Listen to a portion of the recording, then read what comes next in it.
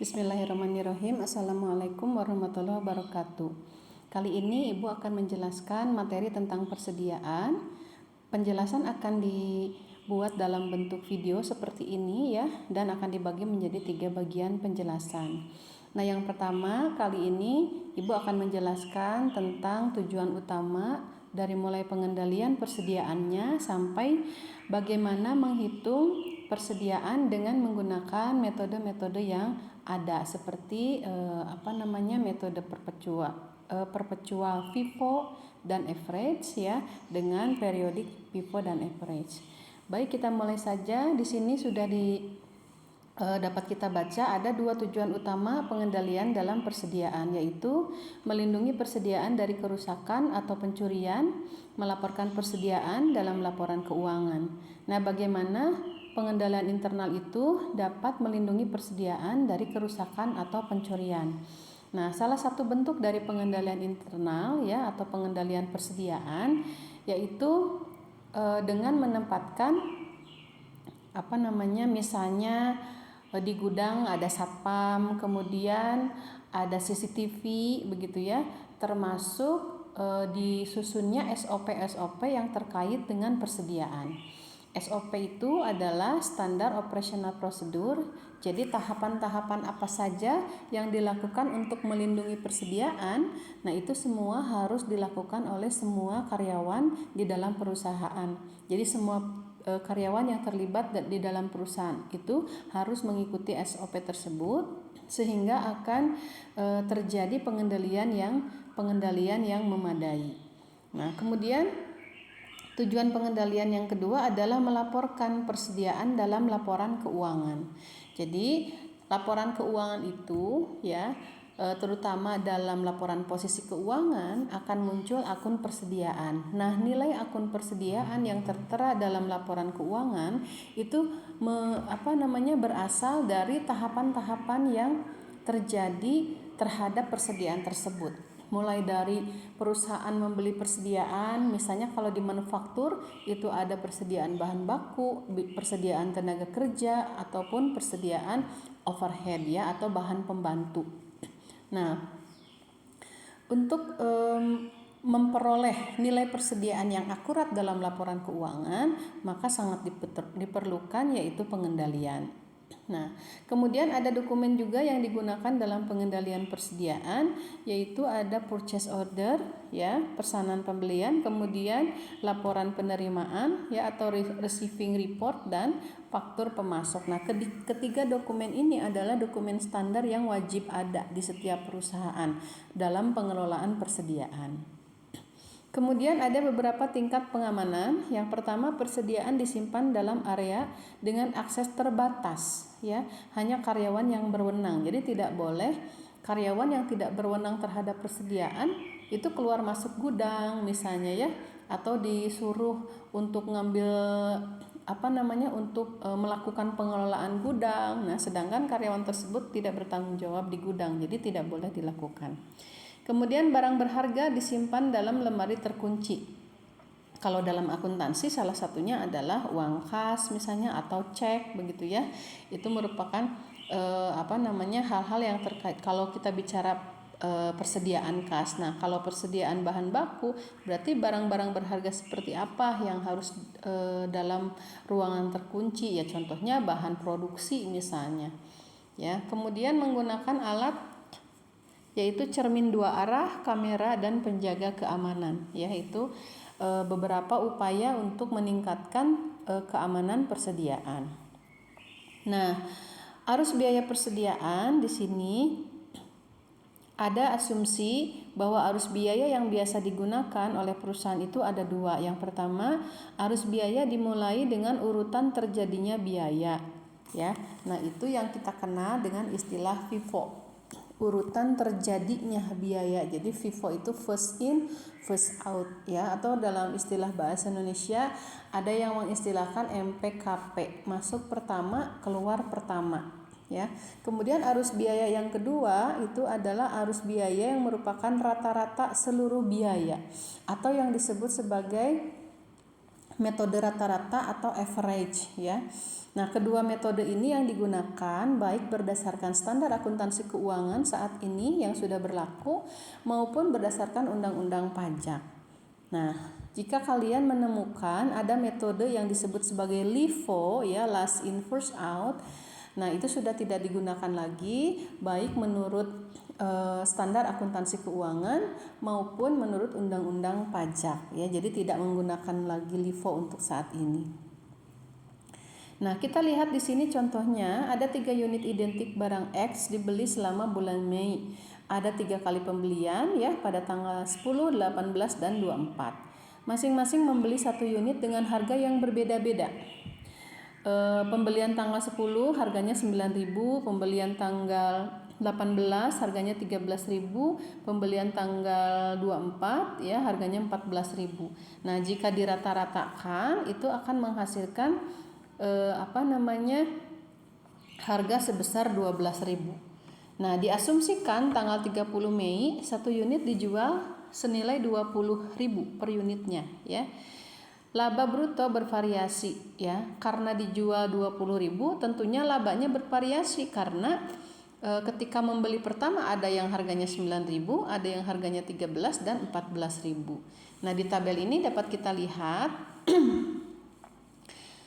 ketika tanggal 10 Mei ya dijual 20.000, beban pokoknya kan 9.000, maka labanya adalah 11.000.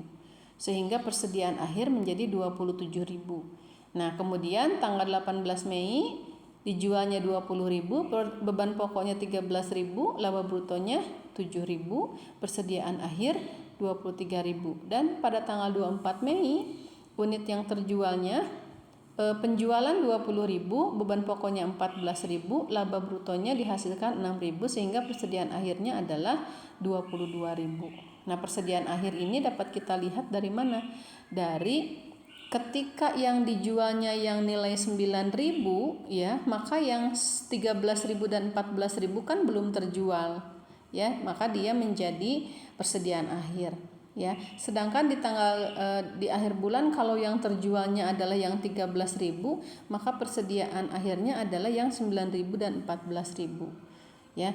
Untuk yang tanggal 24 Mei juga ketika yang terjualnya adalah yang 14.000, maka persediaan akhirnya itu adalah pembelian yang tanggal 10 ya dan tanggal 18 Mei yaitu 9 dan 13.000 menjadi 22.000. Nah, jika unit tersebut dapat dikenali dengan pembelian tertentu, maka metodenya adalah identifikasi spesifik. Dapat digunakan untuk menghitung biaya unit yang terjual. Tapi kan tidak praktis ya, karena kan persediaannya tidak dalam satu dalam satu perusahaan ya. Pasti kan tidak 3 gitu ya, persediaannya pasti sangat banyak ya. Jadi kalau misalkan yang tabel ini adalah menggunakan metode identifikasi spesifik karena produknya hanya 3. Nah, begitu ya. Nah, dalam keadaan itu kalau misalnya produknya banyak, maka perusahaan dapat menggunakan metode yang pertama adalah first in first out atau FIFO atau metode masuk pertama keluar pertama atau MPKP. Yang keduanya adalah weighted average inventory cost flow method atau metode biaya rata-rata tertimbang ya. Nah, kita lihat di sini berdasarkan metode FIFO, unit yang pertama dibeli diasumsikan telah terjual dan persediaan akhir berasal dari pembelian terakhir. Jika dilihat di sini ada di tabel pertama tadi ya yang tanggal 10 Mei misalnya menggunakan FIFO, maka kan yang dijual duluan itu yang pertama kali dibeli. Ya, ketika dibeli tanggal 10 1 unit, kemudian dijual pertama kali, kemudian dibeli tanggal 18, dibeli tanggal 24, kemudian tanggal 25 misalnya terjadi penjualan, maka yang dijual terlebih dahulu adalah produk yang kita beli tanggal 10, first in, ya yang pertama kali datang. Kemudian first out gitu ya. Nah, kemudian dalam contoh sebelumnya biaya unit terjual adalah 12.000. Nah, ini menggunakan metode rata-rata ya. Metode rata-rata karena 3 produk tadi yang dilakukan pembelian 9, 13 dan 14.000 ya dibagi totalnya menjadi 36.000, maka dibagi rata menjadi 12.000. Tapi kalau dihitung satuan, akhirnya ketika dijual 12.000, yang tanggal pembelian tanggal 18 dan 24 terjadi kerugian karena harga pokoknya di atas 12.000, begitu ya. Baik, kita lihat berikutnya di sini contoh latihan. Ya. 3 unit identik dari model KBM dibeli selama Februari sebagai berikut. Februari tanggal 8 membeli 1 unit, tanggal 15 juga sama, tanggal 26 juga 1 unit, totalnya 3 unit. Di total menjadi 144.000 ya, dibagi kalau dirata-ratakan dibagi 3 menjadi 48.000. Nah, diasumsikan 1 unit terjual pada tanggal 27 senilai 70.000. Maka laba bruto bulan Februari dan persediaan akhirnya menggunakan metode FIFO dan average. Nah, bisa dilihat di sini pada tabel ini ketika kita menggunakan metode FIFO, maka laba brutonya adalah 25.000. Ya. Kenapa 25.000? Kita peroleh dari 70.000 dikurangi 45.000. Ya. 70.000 dikurangi 45.000. 70.000 dari mana? Dari harga jualnya. Ya. Kemudian kalau 45.000 berarti harga pokok unit yang pertama karena menggunakan FIFO. Nah, kemudian yang persediaan akhirnya menjadi pembelian tanggal 15 dan 26. Ya, yaitu 48.000 dan 51.000. Jadi 99.000. Nah, itu ketika menggunakan FIFO. Nah, jika menggunakan average, laba brutonya adalah 22.000. Kenapa? Karena 70.000-nya tidak dikurangi dengan produk yang dibeli tanggal tersebut, tapi harga rata-rata per unit, yaitu tadi 144.000 dibagi 3 kan menjadi 48.000 ya. Jadi 70 dikurangi 48.000 adalah 22.000. Nah, kemudian persediaan akhirnya adalah 95.000 diperoleh dari 144.000 dibagi 3 tadi hasilnya 48.000 dikali 2 unit yang tersisa. Nah, seperti itu cara perhitungannya. Nah, berikutnya adalah metode biaya persediaan dalam sistem persediaan perpetual. Ya, sistem persediaan perpetual itu artinya setiap terjadi transaksi akan dilakukan pencatatan pada catatan persediaan. Ya. Pertama, pada tabel pertama ini dapat kita lihat di sini adalah transaksi yang terjadi dalam 1 bulan terkait dengan persediaan, yaitu transaksi persediaan awal, penjualan dan pembelian. Ya, jadi ada 3 jenis transaksi: persediaan, penjualan dan pembelian. Nah, kemudian di tabel kedua di sini kita akan menggunakan metode perpetual, ya, sistem perpetual dengan metode FIFO. Ya, sistem perpetual dengan metode FIFO. Nah, kita lihat dulu contoh kasusnya yang tabel pertama.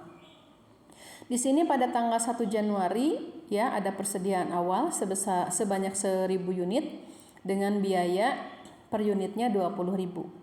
Kemudian pada tanggal 4 dilakukan penjualan. Tanggal 4, tanggal 22 dan 28 terjadi penjualan dengan harga jual semua sama 30.000.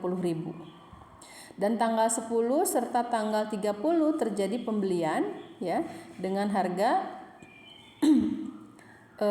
dengan jumlah per unitnya yaitu pembelian 500 unit dan 600 unit. Harganya di tanggal 10 itu 22.400. Sedangkan di tanggal 30 adalah 23.300. Nah, sekarang kita masukkan ke dalam tabel yang kedua di sini bagaimana menghitung perpetual FIFO. Pertama kita buat tabel yang terdiri dari 4 kolom yaitu tanggal, kemudian kolom pembelian, beban pokok penjualan dan persediaan. Nah, masing-masing dibagi ya untuk pembelian, beban pokok penjualan dan persediaan dibagi 3 kolom yaitu quantity, kemudian biaya per unit dan jumlah. Nah, kita akan menggunakan metode FIFO ya. Tanggal 1 persediaan ya berdasarkan soal kita masukkan ke dalam persediaan. Di situ kuantitasnya 1.000, biaya per unit 20.000 ya, jumlahnya 20 juta. ya. Di sini Ibu peringkas ya nolnya. Nah, kemudian tanggal 4 terjadi penjualan dengan harga 30.000 per unit. Maka ketika terjadi penjualan kita isi di kolom beban pokok penjualan. Yang terjual adalah 700 dengan biaya per unit 20.000 ya, maka jumlahnya adalah 14 juta. Nah, masuk ke persediaan, di sini berarti kita tinggal menulis atau mencatat sisa. Di tanggal 1 kan tadi kuantitasnya 1000. Dikurangi kuantitas di tanggal 4 yang sudah dijual sebesar 700. Sehingga kuantitas persediaan akhir adalah 300 ya, 300 unit dengan biaya 20.000 dan jumlahnya 6 juta ya. Jadi 300 dikali 20.000 6 juta. Nah, berikutnya tanggal 10 dilakukan pembelian sebanyak 500 unit dengan harga 22.400, jumlahnya menjadi 11.200. Nah, masukkan ke dalam persediaan akhir, masukkan dulu persediaan yang sebelumnya ada kan 300 ya dengan harga 20.000 dan total 6 juta ditambah yang pembelian tadi 500 dengan harga 22.400 dengan total 11.200 ya. Nah, jadi persediaan di tanggal 10 itu ada 2 jenis persediaan, ada 2 jenis harga. Ya, ada 2 jenis harga yang 20.000 dan 22.400. Itu dipisah karena kita menggunakan metode FIFO. Kemudian tanggal 22 terjadi penjualan lagi sebanyak 300 unit ya. Di sini penjualan sebanyak 360 ya. Nah, karena persediaan yang pertama itu dengan harga 20.000 itu unitnya adalah 300, jadi kita keluarkan dulu yang itu first in, yang pertama masuk. Jadi 300 dikali harga 20.000 menjadi 6 juta. Kemudian penjualan yang berikutnya adalah penjualan dari barang yang 500 ya, yang persediaan 500 yang harganya 22.400. Sehingga dalam kolom beban pokok penjualan yang terjual di sini ya, persediaannya terbagi menjadi 2. Ada 300 unit dengan harga 20.000 dan 60 unit dengan harga 22.400 ya. Sehingga di persediaan akhir tinggal 440 persediaannya. Dari mana? Dari 500 yang sudah dikurangi 60 unit dengan harga 22.400 ya. Nah, kemudian tanggal 28 terjadi lagi penjualan dengan jumlah 240. Nah, kalau 240 berarti langsung saja dikurangkan dari kuantitas yang 440. Maka di sini berkurang 240 dengan harga 22.400, maka sisanya menjadi 200 unit dengan harga 22.400. Nah, berikutnya tanggal 30 membeli lagi ya 600 unit, harganya beda lagi 23.300 ya. Maka kita simpan di persediaan akhir, tidak digabung dengan persediaan sebelumnya, sama seperti tadi di tanggal 10. Ya, persediaan sebelumnya 200 unit dengan harga 22.400 ditambah yang pembelian tanggal 30 600 unit dengan harga 23.300. Maka persediaan akhirnya adalah 18.460. Dari mana 18.460? Dari 4.480 ditambah 13.980. Nah, itu adalah persediaan akhirnya. Sedangkan beban pokok penjualannya adalah 26.720 ya. Kita jumlahkan dari 14 juta, 6 juta, 1.344, 5.376.000 menjadi 26.720.000 ya. Nah, seperti itu cara perhitungan untuk perpecual dengan menggunakan FIFO. Ya. Kemudian di sini dibuatkan jurnalnya, ya. Di sini dibuatkan jurnalnya yaitu Januari tanggal 4 piutang usaha penjualan dan beban pokok penjualan pada persediaan. Kemudian tanggal 10 persediaan pada hutang usaha, tanggal 22 sama seperti tanggal 4 ya, tanggal 28 juga sama. Kemudian Januari tanggal 30 sama seperti tanggal 10. Nah, itu adalah jurnalnya. Baik, berikutnya adalah Metode perpetual dengan menggunakan atau sistem perpetual dengan menggunakan average. Nah, untuk average ini ya berarti kita harus mencari nilai rata-ratanya atau harga rata-rata ya. Harga rata-rata itu yang mana? Yang di kolom persediaan biaya per unit ya. Biaya per unit yang ada di kolom persediaan di sini. Kita lihat di sini tanggal 1 ya, soalnya sama seperti yang tadi pada kasus perpetual FIFO. Nah, kita sekarang akan menggunakan dengan perpetual average. Tanggal 1 persediaan sama posisinya, kuantitasnya 1000, biaya per unit 20.000, jumlahnya 20 juta. Kemudian tanggal 4 dilakukan penjualan dengan harga penjualan itu 700 ya. Coba Ibu kembali dulu ke sini.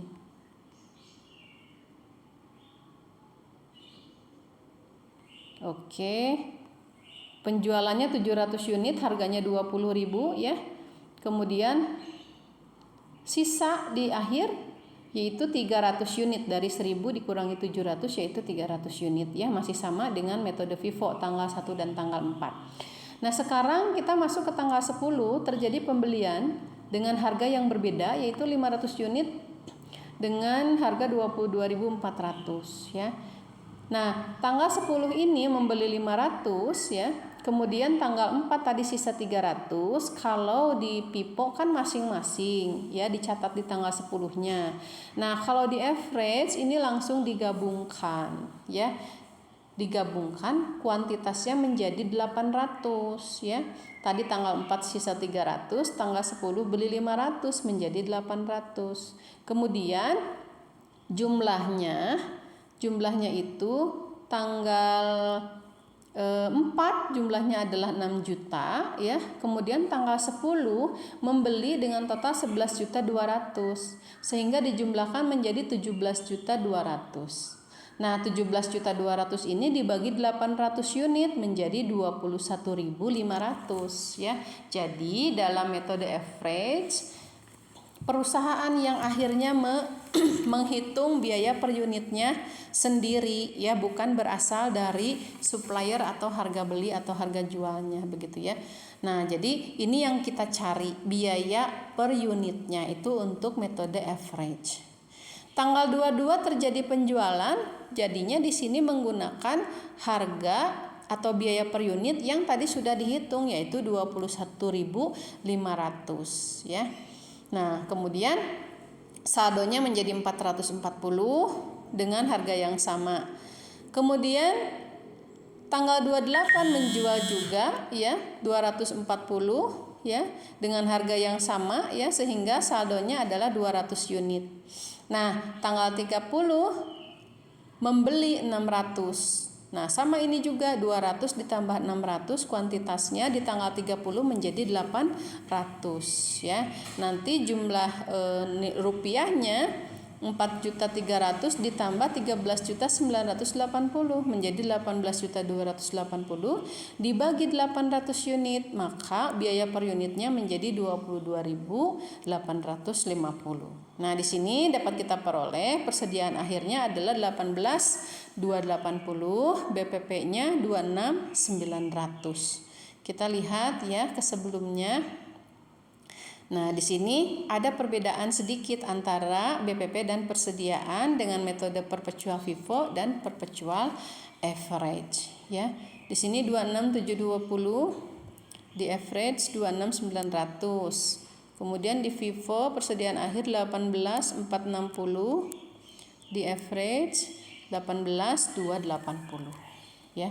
Nah, untuk jurnalnya di sini ada perbedaan sedikit ya. Nah, kalau jurnal Ibu rasa tidak perlu dijelaskan. Ya. Oke. Nah, kemudian di sini ada metode biaya persediaan dalam sistem persediaan periodik. Kalau tadi kita membahas tentang perpetual ya, kalau ini periodik. Ya, kalau periodik itu seperti apa? Saat sistem persediaan periodik digunakan, hanya pendapatan yang dicatat setiap kali terjadi penjualan. Tidak ada ayat jurnal yang dibuat pada saat penjualan untuk mencatat BPP. Pada akhir periode akuntansi, penghitungan fisik persediaan dilakukan untuk menghitung biaya persediaan dan BPP. Contoh di sini persediaan awal dari pembelian barang pada bulan Januari. Di sini ada persediaan tanggal 1, kemudian pembelian tanggal 10 dan 30 ya. Dengan nilai unit dan biaya per unit yang sama tadi dengan soal yang sebelumnya. Kita totalkan menjadi 2.100 unit, kemudian total jumlah rupiahnya menjadi 45.180.000. Nah, perhitungan di tanggal 31 Januari atau di akhir bulan menunjukkan terdapat sisa persediaan sebanyak 800 dengan menggunakan metode FIFO. Biaya sisa persediaan pada akhir periode berasal dari biaya perolehan paling akhir. 800 unit dalam persediaan akhir tanggal 31 dihitung sebagai berikut. Biaya paling akhir tanggal 30 yaitu 600 unit dengan harga 23.300, yaitu 13.980. Kemudian biaya paling akhir berikutnya yaitu tanggal 10. Jadi menghitungnya dari tanggal terakhir ya di bulan tersebut yaitu 200. Maka kemudian biayanya adalah 22.400. Sehingga ketika kita total 800 unit, maka harga pokoknya total jumlahnya adalah 18.640 persediaannya ya. Nah, beban pokok penjualan kita hitung di sini persediaan awal 20 juta, pembelian 25.180.000. Biaya barang persediaan untuk dijual di bulan Januari 45 ini dijumlahkan ya. Kemudian dikurangi persediaan akhir, maka beban pokok penjualannya adalah 26.720. Ya, jadi di sini untuk menghitung biaya persediaan periodik tidak menggunakan tabel seperti di perpetual FIFO-LIFO ya. Nah, untuk periodik FIFO-LIFO seperti ini cara perhitungannya ya. Untuk metode average-nya berarti menggunakan rumus total biaya unit yang tersedia untuk dijual dibagi unit tersedia untuk dijual. Jadi langsung memasukkan angka-angka yang sudah kita peroleh. Di sini biaya rata-rata tertimbangnya adalah 45.180.000 ya. Tadi sudah diperoleh di metode yang FIFO dibagi 2.100 unit. Ya, kemudian akan menghasilkan persediaan sebesar 17.208.000 dan beban pokoknya 27.972.000. Nah, begitulah untuk sesi penjelasan pertama ini. Ibu harap silakan untuk dapat mengulang ya penjelasannya. Mudah-mudahan bisa dapat dipahami. Insya Allah akan dilanjutkan di penjelasan berikutnya. Terima kasih. Assalamualaikum warahmatullahi wabarakatuh.